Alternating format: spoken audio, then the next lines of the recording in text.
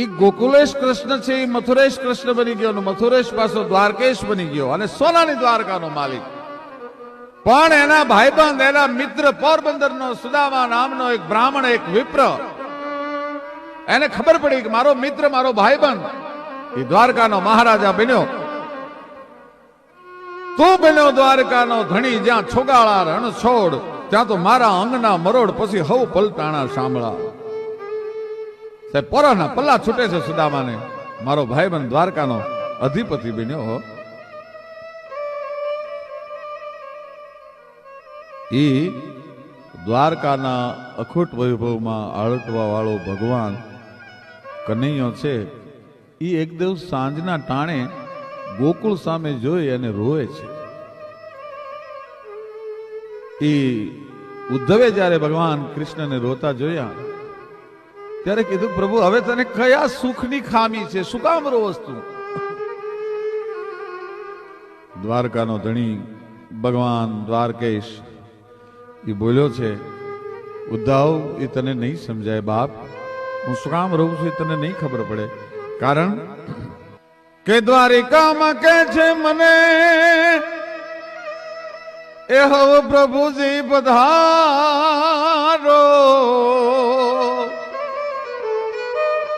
ત્યારે મને સાંભળે છે જશોદાનો રે તુકારો, ઓલો વ્રજવારો મને સાંભળ્યો રે જી. સાંભળ્યો છે જમુના દીનો રે કિનારો, રાજ વ્રજવારો મને સાંભળ્યો રે જી. જેઓ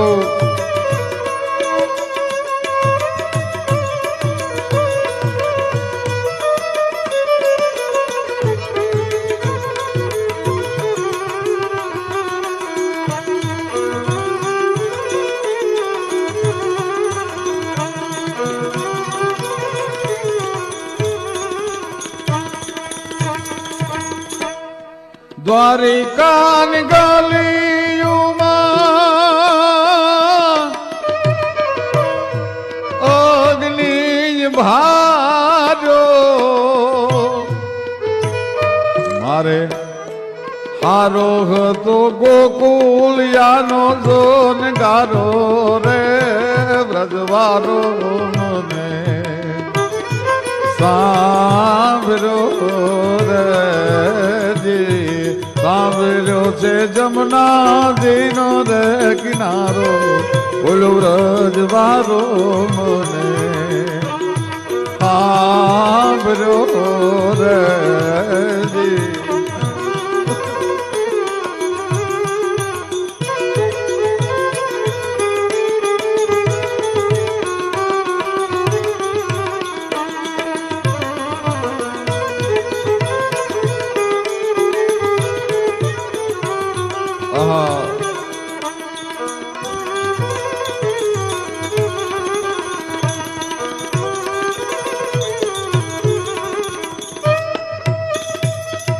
દ્વારકામાં કે છે મને હવ પ્રભુજી પધારો, ત્યારે મને સાંભળે છે મારી જનેતા જશોદાનો તુકારો, વ્રજવારો મને સાંભળ્યો.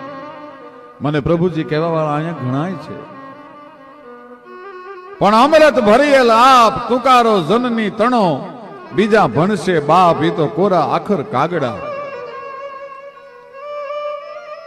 માના ટુકારાનો અમૃત મને યાદ આવે છે ઉદ્ધવ. અને દ્વારકાની ગલીઓમાં અગ્નિ ભાર્યો, એથી હારો હતો મારે ગોકુળિયાનો ગારો રે વ્રજવારો મને સાંભળ્યો. બધાએ સાંભળ્યા. એમાં એનો ભેરુબંધ, એનો ભાઈબંધ, એનો મિત્ર, એનો સખા એ સુદામો સાંભળ્યો ભાઈ. પણ મહારાજાની બેડીઓ પગમાં પડી ગઈ છે. સુદામાને મળવા કેમ જઈ શકાય રાજવૈભવ મૂકીને? અને આ બાજુ સુદામા ને ગરીબી આંટો લઈ ગઈ છે. એક ટાણાનો અનાજ નથી. ગોરાણીએ બોલાવીને સુદામાને એટલું કીધું, સાંભળ્યું કે શું આજ તો છોકરાઓને સમજાવીને ભૂખ્યા હુર આવ્યા છે, પણ કાલ સવારે જમવાનું માગશે તો હું દઈશું. એક કામ કરો ને, તમારા મિત્ર દ્વારકાનો અધિપતિ ભગવાન કૃષ્ણ કનૈયો જે છે, કૃષ્ણ ચંદ્રમણી છે, એની પાસે માગવા જાઓ, મદદ કરે ને આપણું દારિદ્ર પીટી જાય. અરે ગાંડી, હું અજાચક બ્રાહ્મણ, મારાથી કોઈથી દુનિયાની સામે લાંબો હાથ થાય નહીં. કયા માટે હું કૃષ્ણ પાસે માગું? કે ભૂદેવ, કૃષ્ણ પાસે માગવાનું ન હોય એ સમજી જશે. લીંબડી કવિરાજ શંકરદાનજી લખે છે, અંતરના ઊંડાણની ક્યાંય ચોરે ન ચર્ચાય, પણ કોક વેધુ પાછું વંચાય, સીતની વાતું શંકરા. કવિ કાગ તો ના પાડે છે કે મિત્રને વેધુને તો કહેવાય જ નહીં. એને તમારા દુઃખના રોદડા તમારા ભાઈબંધ પાસે, તમારા મિત્ર પાસે ન રોશો. કારણ કે અંતરના વિપતની વાતું ભેરું ને નો ભણાયજી. ઈ જો હાચો હેતુ હોય તો એ તમારું સંકટ સમજી જાય. બાજગે ના ભરોસે રેવાયજી. ભાઈ એના ભરોસે રેવાય. એને કૃષ્ણને કહેવું નહીં પડે તમારે. ગોરાણી, હું ત્યાં જાઉં, મારે કંઈક લઈને જવું પડે, આપણી પાસે કાંઈ નથી. ગોરાણી, ખાલી હાથે હું કેમ ભાઈબંધને મળવા માટે જાઉં? એના છોકરા હોય, કૃષ્ણ મારી ઓળખાણ કરાવે, હું એના છોકરાના હાથમાં હું દઉં? મારી પાસે કાંઈ નથી. ગોરાણી, હવાશેર તાંદુલ જે હતા, સવારમાં છોકરાને રાંધીને ખવડાવવાના, એ તાંદુલની પોટલી ભાઈ વાળી હો. અને હાજે ગોરાણી તાંદુલની પોટલીને સીવવા માટે બેઠી. પણ કવિ એમ લખે છે કે ગોરાણીએ, સુદામાના પત્નીએ તાંદુલની પોટલીની હારે એમાં સાંભળિયાને સીવી લીધો. ભાઈ, ભગવાન કૃષ્ણને સુદામાના પત્ની એમ કહેવાય કે પોતે તાંદુલની પોટલીને હારે અંદર પોતાના સ્નેહની ગાંઠથી સીવી લીધો હતો. અંદર ભાઈ આવ્યો છે, દ્વારકા આવ્યો છે. સોના ને દ્વારકાનો માલિક આ ગરીબ બ્રાહ્મણને કોણ મળવા દે? દરવાનો રોકે છે. અરે મારો ભાઈબંધ છે, એને મળવા માટે આવ્યો છું. કૃષ્ણ, અમે એક જ ગુરુના આશ્રમમાં, સાંદીપનીના આશ્રમમાં ભણતા હતા. કોક જઈને કયો તો ખરા, તારો મિત્ર સુદામો આવ્યો છે. હવે જા જા, તારી જેવા અહીંયા કેટલાય હાલી નીકળ્યા છે. તને કૃષ્ણ તારો ભાઈબંધ હોય? કોઈ માનતું નથી ગરીબ બ્રાહ્મણની વાત. એક દી, બે દી, ત્રણ દિવસના ઉપવાસના કડાકા દ્વારકાની બજારમાં થયા. બગલમાં જે તાંદુલની પોટલી દબાવી રાખી હતી, એ સુદામાએ હાથમાં લઈને દરવાનને આપીને કીધું કે મારો પ્રાણ નીકળી જાય દ્વારકાની બજારમાં તો મારી આ તાંદુલની પોટલી પહોંચાડીને કૃષ્ણને કહેજો કે તારો ભાઈબંધ સુદામો પોરબંદરથી આવ્યો. તો બસ એટલો સંદેશો તો આપી શકશો ને. એમાં એક જણાને એમ થયું કે હોય તો હોય ખરો. એક બાજુ જગતની સમૃદ્ધિ છે અને એક બાજુ જગતની ગરીબાઈ છે. હોય તો હોય હો. અને દરવાને જઈને અખતરો તો કરી આવ. શું કહે છે ભગવાન? ભગવાનની પાસે જઈને કીધું, પ્રભુ, હિંડોળા ખાટે ત્રિલોકનો નાથ, ત્રિભુવનનો અધિપતિ હિંડોળા ખાટે હિંચકે છે કનૈયો, પટરાણીઓ હિંચકા નાખે છે. પણ આજ દરવાને જઈને કીધું, પ્રભુ, એક ત્રણદીથી પોરબંદરથી બ્રાહ્મણ આવ્યો છે અને એમ કે છે કૃષ્ણ મારો મિત્ર છે, અમે એક જ ગુરુના આશ્રમમાં ભણતા હતા. 3 દિવસથી તમને મળવા માટે તલખે છે, પણ અમે આવવા નથી દેતા. આ જેણે એમ કીધું કે જો મરી જાઉં તો મારી તાંદુલની પોટલી પહોંચાડજો, એટલે કહેવા માટે આવ્યા છીએ. પણ સુદામો જ્યાં શબ્દ સાંભળ્યો ત્યાં તો ત્રિભુવનના અદ્ભુત ગડગડતી દોટ મૂકી. હો ભાઈ, આવ્યો મુજ બાપલિયો આવ્યો, સાચો મુજ સ્નેહી આવ્યો, બાળા પડનો ભેરું આવ્યો, ગોકુળ યાના ગીત લઈ આવ્યો, આવ્યો મુજ બાપલિયો આવ્યો. હો દોટ મૂકી ભાઈ જગતના નાથે. પણ ખબર પડ્યા ને વાલો એ દોડા ગીરધારી, પછી ત્રિક મેં લીધો છે જેને સોને તેડી, એને આહુડા ખળક્યા આંખથી રેજી. ખબર પડીને વાલો ધોડ્યો ગીરધારી, પછી ત્રિક મેં લીધો છે એને ત્રેડી, આહુડા ખળક્યા આંખથી. થાકીને આવેલો છે, ગરમ પાણી મુકાઈ ગયા ભાઈઓ, અને આંગડા ઘસે છે એની. કેવો સુદામા ભાગશાળી હશે વિચાર તો કરો. બ્રહ્માંડનો અધિપતિ, એની પટરાણીઓ છે, રૂક્ષ્મણીજી છે, એ આ ચોળી ચોળી અને બ્રાહ્મણને નવરાવે છે કે આંગડા ઘસે છે એની, એ જોને આઠે પટરાણી, અને ત્રિક મરેડે છે જેને સોને પાણી, એ પાહોલી જા તો જા એને પ્રેમથી રેજી. આજ સુદામાજી દ્વારિકામાં સોને આવ્યો, એ દર્શને દીના નાથને રેજી. નવરાવી ધોરાવી તૈયાર કરી અને બગલમાંથી તાંદુલની પોટલી ખેંચી લીધી. પોતે તાંદુલની મુઠ્ઠીઓ ભરી ભરીને કૃષ્ણ મીંડા ખાવા. સુદામા બાળપણ યાદ આવી ગયું. બાપ, શું તારા તાંદુલમાં મીઠાશ છે? રૂકમણીજીએ કાનમાં કીધું કે એકાદી મુઠ્ઠી મારા માટે રાખજો, કારણ કે ન્યા સુદામાને આપવાનું છે, મારે આપવાનું છે. તમે કાંઈ નહીં કરી શકો, હું લક્ષ્મી છું, એટલે એકાદી મુઠ્ઠી મારા માટે રહેવા દો. કે તાંદુલ જમે ને વાલો એ વારે રાણી રૂકમણી, એક મુઠ્ઠીના બદલામાં મારે એને વૈભવ આપવાનો છે. પ્રભુ, એક મુઠ્ઠી તો મારા માટે રહેવા દે ભલા માણસ. 1 દી 2 દી 5 દી 15 દી 6 મહિના સુધી સુદામાને રોક્યો છે. રોજ નવા નવા પકવાન બને છે, જમાડે છે. સુદામા બિચારો આંખ બંધ કરે ત્યાં એના ભૂખ્યા છોકરા દેખાય છે. પણ શું કરું? આ કૃષ્ણ કેવો કઠોર થઈ ગયો. 6 મહિનામાં એકેય દી મારા ઘરના સમાચાર પૂછ્યા નહીં. મારી પત્ની શું કરે, મારા બાળકો શું કરે, મારી આર્થિક સ્થિતિ કેવી છે, મારી ગરીબાઈ કાંઈ પૂછતો નથી. આટલો બધો માણસ બદલાઈ જતો હશે? વલણ નવલું નિહાળી વિશ્વનું કાં ગમ કરે નાઝીર, સમય બદલાય છે ત્યારે બધા બદલાઈ જાય છે. એટલો બધો વૈભવમાં એને વૈભવનો નશો ચડી ગયો.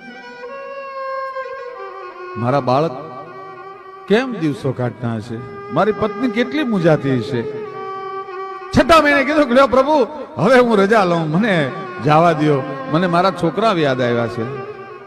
આગ્રહ ન કર્યો રોકાવાનો. ભલે બાપા જાવું છે. ઉદ્ધવ અને કૃષ્ણ એને મૂકવા માટે દ્વારકાના સીમાડા સુધી ગયા છે. છેલ્લા જોહાર સુદામાએ કરી લીધા અને સુદામો પોરબંદરના રસ્તે હાલતો થયો. ભગવાને કીધું કે સુદામા ગોરે, આ તારી ફાટલી પોતડી લેતો જા, મારી પિતાંબરી મને પાછી દઈ દે. સુદામો પોરબંદરના રસ્તે હાલતો થયો. ભગવાને કીધું કે સુદામા ગોરે, આ તારી ફાટલી પોતડી લેતો જા, મારી પિતાંબરી મને પાછી દઈ દે. ત્યાં તો સુદામાને ધરતી માર્ગ આપે તો હમાઈ જવાનું મન થઈ ગયું. હો, એટલો બધો સંપત્તિમાં ગાંડો થઈ ગયો.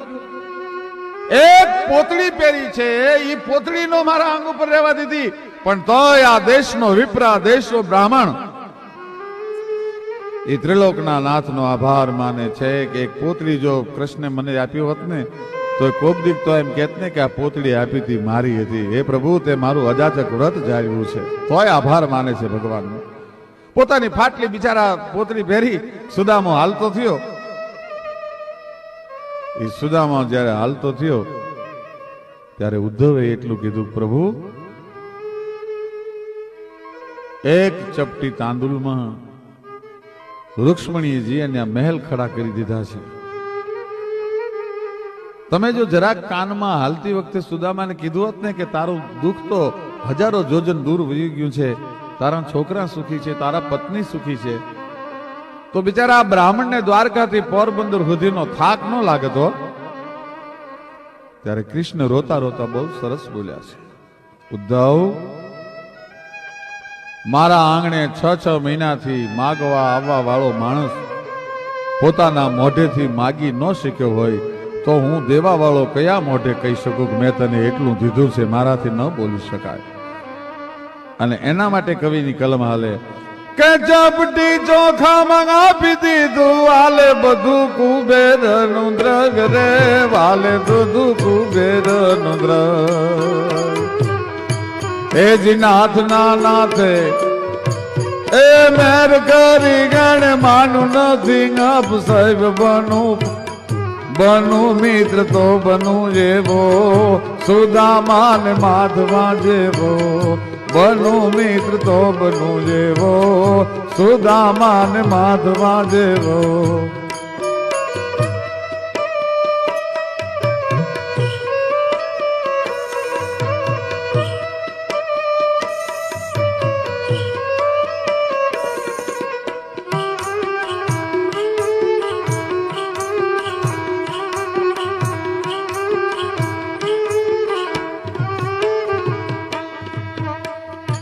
પણ કીધા વગરનો ભક્તોને હંમેશા દીધા કરે છે, એવી ભગવાનની ટેવ છે.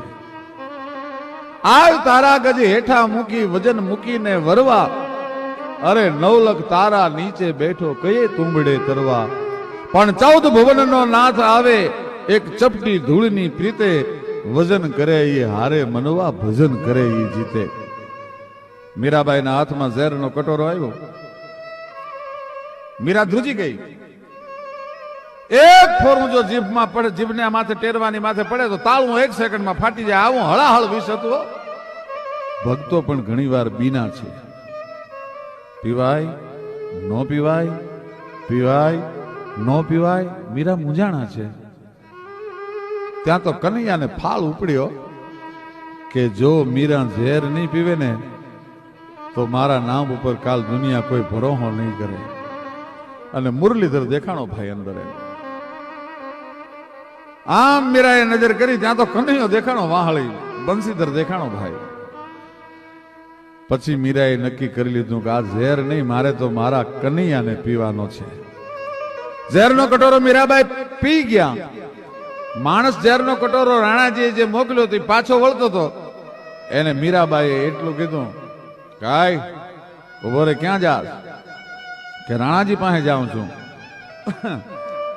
કે તારા રાણાને કહેજે હવે એના ખજાનામાં જેટલું ઝેર હોય એટલું ઝેર મને મોકલી દે. કારણ પણ ઘોડિયામાં હિંચોળતા હિંચોળતા હાલડાની એક એક કડીએ સંસ્કાર પાયા છે. એમ કીધું કે મારા બાપ ધાવી લેજે મારા પેટ, ધાવી લેજે પેટ ભરીને આજ.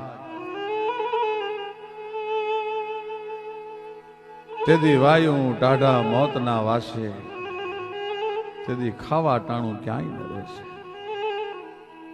આય બાપ, આ તારે જે લાડ કરવા એ કરી લે, તારે જે કોટ કરવા એ કરી લે, પણ કાલ જેથી ધીંગાણાનો ઢોલ વાગશે ને આપણા દેશનો ધર્મ જેથી જોખમમાં હોય, બેન દીકરીના શિયળની ઉપર જ્યારે કોઈ હાથ નાખતું હોય,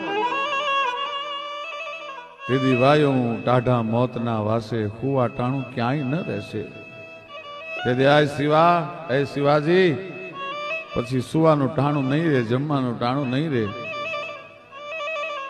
અને આજ માતા ચોડે ચુમિયું બાળા ઝીલજો બેવડ ગાલ. શિવાજીનું હાલડું ઝવેરચંદ મેઘાણી નામનો વાણિયો સૌરાષ્ટ્રનો, શિવાજી જન્મા મહારાષ્ટ્રમાં અને હાલરનું લખ્યું સૌરાષ્ટ્રના વાણિયા ભાઈ. એ જનેતાના જે સંસ્કારો લઈ અને મોટા થયેલા મહાપુરુષો, હાલરની કડીએ કડીએ જેને સંસ્કારને પીધો હોય, સંસ્કારના પાન કર્યા હોય. વેદમાં તો એમ કીધું છે, તમારે ત્યાં દીકરાનો જ્યારે જન્મ થાય ત્યારે સોનાની સળીથી જીભની ઉપર ઓમ લખજો અને કાનમાં પહેલો મંત્ર તમારા દીકરાને કહેજો, અસ્માર ભવ પરશુર ભવ હિરણ્યમૃતમ ભવ. હે બેટા અસ્માર ભવ, એવી ચટ્ટાન બનજે કે વિદેશીઓના વિધર્મીઓના આક્રમણ જેથી આપણા દેશની ઉપર થાય તેથી આના શક્તિના મોજા તને ખંડિત ન કરી શકે એવી શિલા બનજે. અસ્માર ભવ પરશુર ભવ, એવી પરસી બનજે, એવો પરશુ બનજે કે દુશ્મનના માથા વાટતા તું પાછો ન પડ. પ્રસૂતિ કી વેદના કો સફલ કરી દે, શીઘ્ર ઠંડા કર માકા પેટ ડંકા બજવા દે તું. બર મિટ જાના कहलाना मर्दाना पुत किंतु नहीं कायरता रंच दिखला दे तू. पाछा पाव दे के कुख माकीना लजाना लेश, बैरिन के बीच झंडा फरका दे तू. बैरिन के बीच बीजे झंडा फरका दे तू. અને ક્લાંત હાહાકાર શત્રુ સૈન્ય में महान हो કે ऐसा घमसान बेटा रण में मचा दे तू. એ જે સંસ્કારનું પાન કરી અને મેઘાણીભાઈ એમ લખે છે એ કદાચ બારવટીયો બન્યો હોય ને તો એનામાં ખાનદાની વિતરતી હોય, એમાંથી અમીરાતની સોડમ આવતી હોય. કાદુ મકરાણી નામનો બારવટીયો, પણ કાદુનું નામ સાંભળે ત્યાં દુશ્મનના કાળજા થડક ઓથડક થડક ઓથડક થડક ઓથડક થવા માંડે ભાઈ. હાવજા ડાણસી હાકજા હાંભળે પડે વેરી તણા ગાઢ પોચા. ડાકલાના પંડિત જેમ માણસના કાળજા ફફડવા માંડી જાય કાદુ મકરાણીનું જ્યાં નામ સાંભળે ત્યાં. એ બારવટીયો જુનાગઢના ડેરી અને વડાળ ગામને ભાંગવાનો જેદી જાહો લખ્યો, જહા ચિઠ્ઠી લખી. શું જનેતાના ઉદરમાંથી સંસ્કાર લઈને જન્મેલા માણસો હશે, એનામાં ખાનદાની હશે, એની ખુમારી હશે, એની ટેક હશે. એનો સત્ય ઘટનાનો અદભુત પ્રસંગ. અને વડાલ ગામ ભાંગવાનો જાહો લખ્યો. આણુવળી અને પટેલની વવારું ઘરે આવી છે અને પોતાના ધણીને ભાત દેવા માટે તૈયાર થાય છે. નવનાથની ચૂંદડી ઓઢી અને બાઈએ માથે ભાત લઈ અને ડગલા માંડ્યા. ઊંચી પડથારના મકાન પગથિયા ઉતરતા ઉતરતા હાહોએ નજર કરી તો વહુ છે એ ઘરેણાથી ભાંગી પડે છે. એટલા ઘરેણા પહેર્યા છે હોનાના. અને હાહોના મોઢામાંથી શબ્દ નીકળ્યા, વહુ ઘરેણા ઉતારીને જાઓ. તમને ખબર નથી, આપણું ગામ ભાંગવાનો કાદુ મકરાણીએ જાહો લખ્યો છે, જહા ચિઠ્ઠી લખી છે. આટલા બધા ઘરેણા પહેરીને મારા દીકરાને ભાત દેવા ન જવાય, તમારો બાપ કાદુ લૂંટી લે. બાઈ ઉભી રહી ગઈ એક સેકન્ડમાં. વહુ સંભળાતું નથી, તમને કહું છું, ઘરેણા ઉતારીને જાઓ નહીતર તમારો બાપ કાદુ લૂંટી લેશે. અને પાછી ભાઈ ઓરડામાં ગઈ, ભાતની નીચે ઉચારીને બીજા ઘરેણા પહેર્યા. બીજા ઘરેણા પહેરી અને ઈ બાઈ છે એ બારી નીકળી ત્યારે હાહુએ કીધું કે વહુ ગાંડી થઈ ગઈ છો તું? મેં તને ઘરેણાના ઉતારવાની વાત કરીને તે બીજા ઘરેણા પહેર્યા. અને તે દિવસે સૌરાષ્ટ્રની પટેલની દીકરી બહુ સરસ બોલી છે કે બાઈજી પહેલા પહેર્યા હતા ને તો મારી હાહરવેલના તમે ચડાવેલા ઘરેણા હતા, પણ અત્યારે બીજા વધારે પહેરીને જાવ છો ને તો મારા પીરના ઘરેણા છે. તમે એમ કહો છો ને તમારો બાપ લૂંટી લેશે, મારે જોવું છે કે બાપ દીકરીને કેમ લૂંટે છે એ જોવા માટે હું નીકળી છું. અને સાહેબ પોતાના ધણીને ભાત દેવા માટે ડગલા માંડ્યા. ધીરે ધીરે ધીરે ધીરે ધીરે ધીરે ધીરે એમ કહેવાય છે કે વહી જાય દીકરી.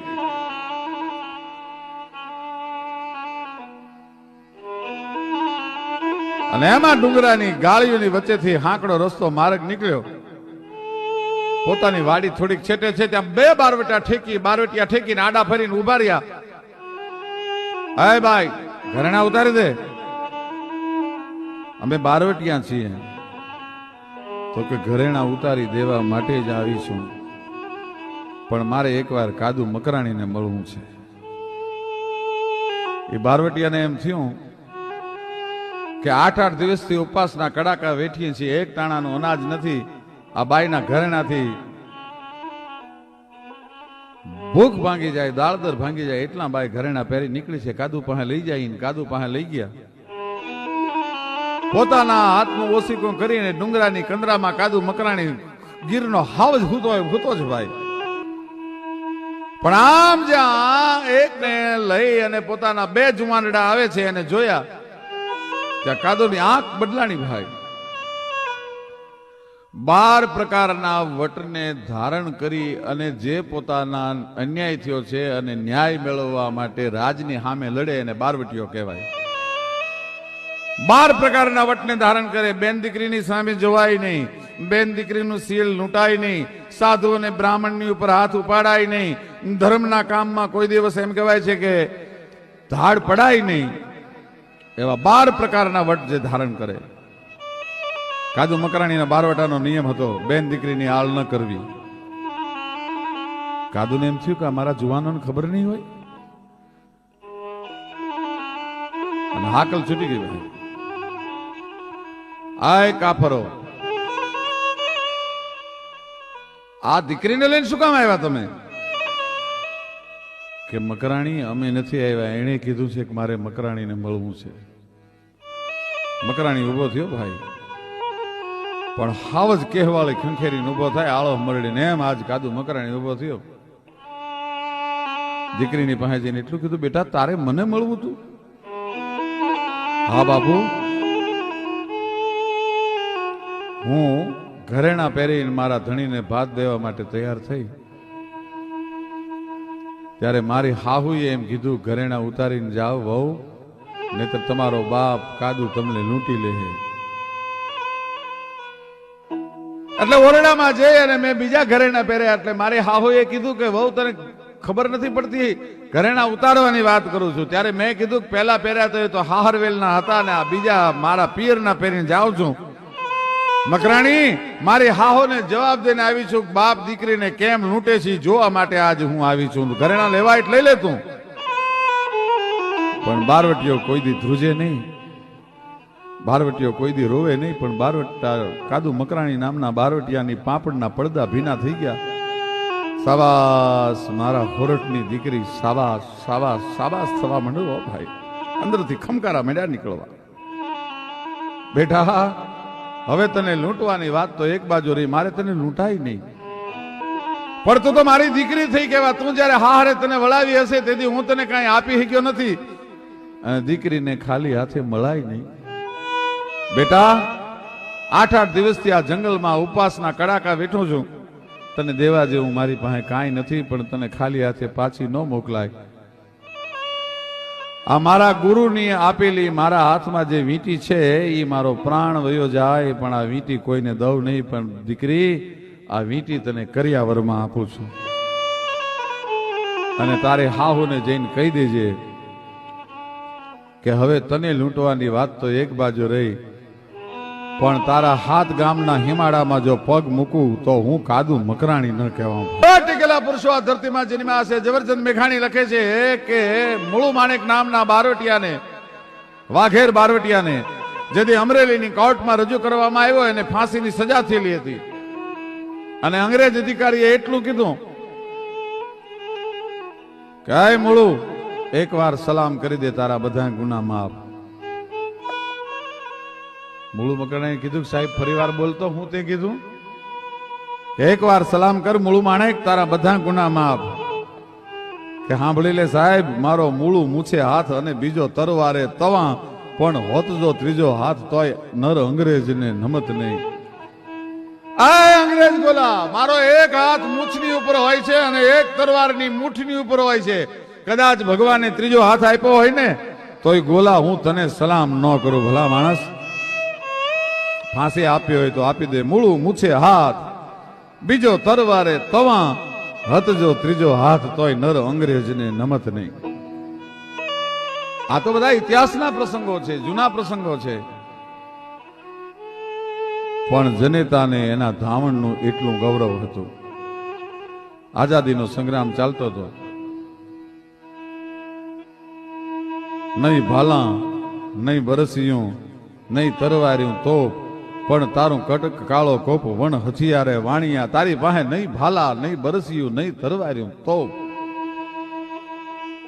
મોહનલાલ કરમચંદ ગાંધી નામના પોરબંદરના વાણિયાને બ્રિટિશરોએ આફ્રિકામાં અડધી રાતે રેલવેમાંથી ઉતારી મૂક્યો. તેથી મોહન ગાંધીએ પ્રતિજ્ઞા કરી હતી કે તમે મને અડધી રાતે ટ્રેન છોડાવો છો, પણ જો હું અડધી રાતે તમને ભારત ન છોડાવું તો માનજો કે હું વાણિયો નહોતો. પ્રતિજ્ઞા લઈ લીધી, સૌરાષ્ટ્રનો વાણિયો ભણાવો, જેવો તેવો નહીં. અને દુલ્લા કાગી વાણિયા માટે કડી લખે છે, બહુ સરસ કડી છે કે મદ સત્તાને બળીએ ભાભરતાને ગોળ્યા, પણ એક ઘોળ્યો ગોલાણો નહીં વાણિયો. જે ત્રાજવડે પૃથ્વી બ્રહ્માંડો ને તોલ્યા, પણ એમાં એક તોલ્યો તોલાણો નહીં વાણિયો. ચોગરદમ અંધારાની માતાના મનમાં એક દીવડો પ્રગટાવી બેઠો વાણિયો. સોરઠ પે વારી કે વારી જાઉં પોરબંદર પે, એવો વાણિયો. આઝાદીનો સંગ્રામ ચાલે. સાયમન કમિશનનો વિરોધ કરવા માટે લાલા લજપતરાય 200 જણાના ટોળાની હારે ગયેલા. એમાં જનરલ સાન્ડર્સ અને જનરલ સ્કોટ નામના 2 અંગ્રેજ અધિકારી હતા. લાઠીચાર્જનો હુકમ થયો.